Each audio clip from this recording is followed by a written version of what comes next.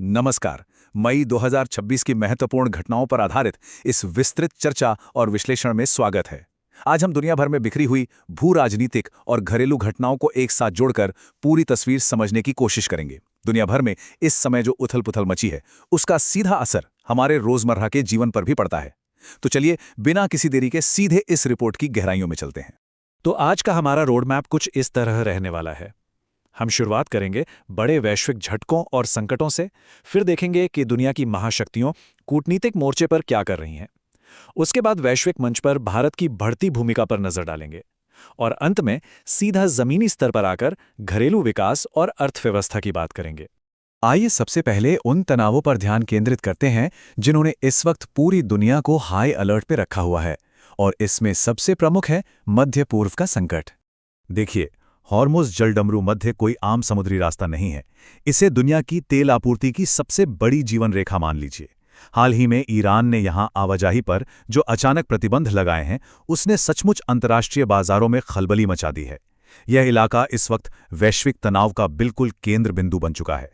और इसी तनाव के बीच जो बात सबसे ज्यादा ध्यान खींचती है, वो है इस्तेमाल की जा रही सख्त भाषा।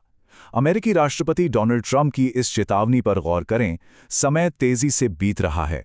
ये महज कुछ शब्द नहीं हैं, बल्कि ये उस नाजुक स्थिति को बयां करते हैं जो इस वक्त सैन्य कार्रवाई और कूटनीतिक बातचीत के बिल्कुल बीचों बीच झूल रही है। अब यहाँ एक बड़ा ही दिलचस्प कंट्रास्ट देखने को मिलता है।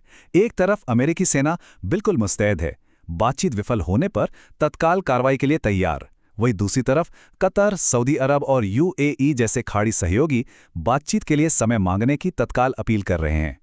इसके साथ ही पाकिस्तानी चैनलों के माध्यम से जो मध्यस्थता के प्रयास हो रहे हैं, वो इस कूटनीतिक शतरंज को और भी ज्यादा उलझा रहे हैं।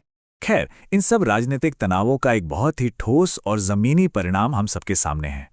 जब दुनिया की ऊर्जा आपूर्ति के इतने बड़े हिस्से पर ऐसा खतरा मंडराता है, तो वैश्विक अर्थव्यवस्था तुरंत प्रतिक्रिया देती है। नतीजा, वैश्विक तेल की कीमतों में सीधा और भारी उछाल।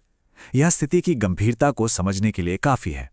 लेकिन बात सिर्फ खाड़ी देशों तक सीमित नहीं है। दुनिया के कई अन्य हिस्सों में भी एक साथ कई संकट चल रहे हैं।